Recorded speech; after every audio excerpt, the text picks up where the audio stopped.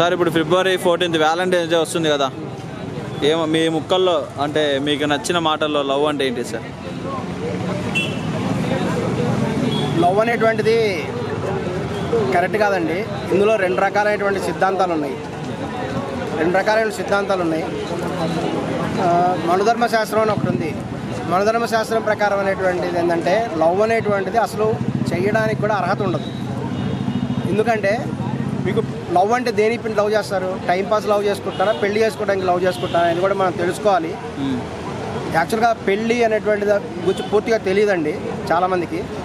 వివాహం జరిగేటువంటి సమయంలో కొన్ని మంత్రాలు ఉంటాయి. ఆ మంత్రాలలో ఏం చేస్తారంటే ఒక అమ్మాయి యొక్క తల్లిదండ్రులు చదవండి దానం ఇస్తారు. ఆ దానం ఏంటంటే కన్యాదానం అంటారు దాన్ని. ఒక అమ్మాయి యొక్క తల్లిదండ్రులు ఆ అమ్మాయిని దానం ఇస్తారు, కన్యాదానం. ఎందుకు ఇస్తారంటే ఒక జంట వాళ్ళు సంసారం చేయడం ఫలితంగా వాళ్ళకి ఒక అమ్మాయి పుట్టింది. అమ్మాయి పుట్టినప్పుడు ఆమెను ఎంతో పెంచి పెద్ద చేసుకున్నారు. ఇప్పుడు ఆ అమ్మాయి ఎవరు? వాళ్ళ ప్రాపర్టీ. ఆస్తులు ఎలా సంపాదించారు? ఈ అమ్మాయిని వాళ్ళు సంపాదించుకున్నారు. సో వాళ్ళ కూతుర్ని ఈ యొక్క పెళ్లి సందర్భంలో ఏం చేస్తారంటే కన్యాదానం అనేటువంటి చేస్తారు. ఈ కన్యాదానం అనేది ఎవరికి చేస్తారు? వాళ్ళకి అన్ని విధంగా సరిపోయినటువంటి వాళ్ళు, వాళ్ళ యొక్క వంశం అభివృద్ధి చెందేటువంటి విధంగా కూడా కన్యాదానం చేయడం జరుగుతుంది.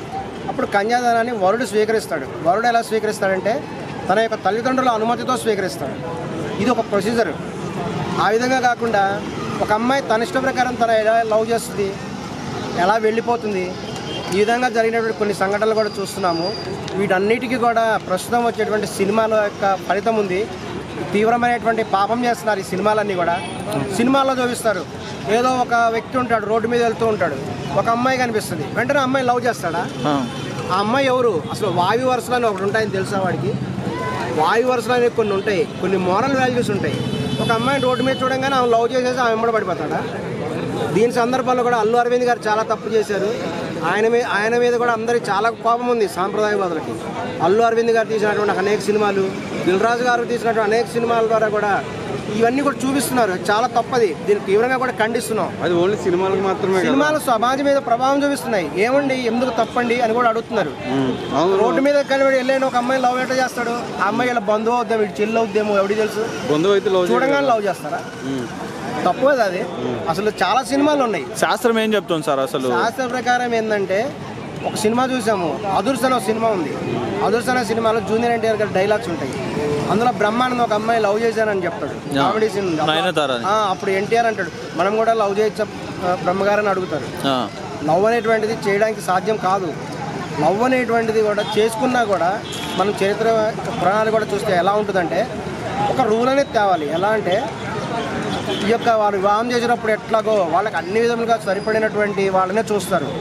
ఒక పేరెంట్స్ కంటే కూడా, తల్లిదండ్రుల కంటే కూడా తమ కుమారులు కానీ కుమార్తెలు కానీ మంచి కోరుకునే వాళ్ళు ఎవరైనా ఉంటారా?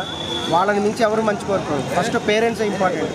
పేరెంట్సే వాళ్ళ యొక్క సంతానం మంచిగా పెరగాలి, మంచిగా అభివృద్ధి చెందాలని కూడా చూసుకుంటారు. ఒకవేళ లవ్ అనేది కూడా చేస్తే వాళ్ళ యొక్క పేరెంట్స్ అనుమతితోటే కూడా జరగాలి. అనుమతితోటే వివాహం అనేది జరగాలి. కానీ తల్లిదండ్రులు అనుమతి తీసుకోకుండా మాకు 18 ఏళ్ళు వచ్చినాయి కాబట్టి మేము మేజర్స్ని కాబట్టి మా ఇష్టం వచ్చి మేము లేచిపోతాం అనేటువంటిది కూడా కరెక్ట్ కాదండి. దీన్ని తీవ్రంగా కూడా ఖండిస్తున్నాము. అదేవిధంగా విశ్వ హిందూ పరిషత్ అనేటువంటి వాళ్ళు ఒక యాక్టివిటీ చేస్తున్నారు. అదేంటంటే వాళ్ళు February 14th వెళ్తారు. వెళ్ళేసేసి ఎక్కడైతే జంటలు కనపడ్డాయో వాళ్ళకి పెళ్లిళ్ళు చేసేస్తారు. విశ్వ హిందూ పరిషత్, బజరంగ దళ్ళు వీళ్ళందరూ కూడా చేస్తున్నారు కొన్ని సంస్థలు. మేము వాళ్ళని ఒక క్వశ్చన్ వేస్తున్నాం, మీరు ఓన్లీ February 14 ఎందుకు చేస్తున్నారు? సంవత్సరం అంతా చేయొచ్చు కదా. మీరు కేవలం డ్రామా ఆడుతున్నారని కూడా మేము భావిస్తున్నాము. మీరు నిజంగా సాంప్రదాయాలను గౌరవించాలనుకుంటే సంవత్సరం మొత్తం చేయండి, సంవత్సరం మొత్తం తిరగండి. ఎవరైతే అనైతికంగా ఉన్నారో, అనైతికంగా ఉండే వాళ్ళని ఖచ్చితంగా ఖండించండి. నైతిక విలువలను చెప్పండి. ఈ విధంగా కూడా ప్రభుత్వాలు నిర్ణయాలు తీసుకోవాలి, సినిమాలు కూడా తీయాలి. ప్రజలలో నైతిక విలువలు అనేవి పెంచాలి. నైతికతో కూడినటువంటి ప్రేమలు ఉండాలి. కానీ అనైతికతో కూడిన ప్రేమలు మాకు 18 ఏళ్ళు వచ్చాయి. కానీ ఇప్పుడు రీసెంట్గా ఒక వివాహం జరిగింది. ఒక స్త్రీ ఉంటే ఒక వ్యక్తి ఉన్నాడు, అతనికి తన ఫ్రెండ్ ఉన్నాడు. అతను అన్న అని పిలుస్తాడు. రోజు తన ఇంటికి తీసుకొస్తే, ఈ సూర్యాపేట మటర్ గురించి నేను చెప్తున్నాను, అతను వాళ్ళ ఇంట్లో ఉండే అమ్మాయిని లవ్ చేశానని చెప్తున్నాడు. ఆ అమ్మాయి తన తల్లిదండ్రులను కూడా వదిలేసి లేచిపోవడం ఏంటి? ఇప్పుడు ఆ అమ్మాయి వల్ల ఏమైంది? వాళ్ళ పేరెంట్స్ జైలుకి వెళ్ళారు, వాళ్ళ సొంత అన్న జైలుకి వెళ్ళాడు. ఇంతమందిని బాధించి ఆమె ప్రేమ ద్వారా ఏం సాధించింది? ఇంతమందిని బాధ పెట్టి ఆమె ప్రేమించడం అవసరమా? అది తీవ్రంగా ఖండిస్తున్నాము. Okay sir.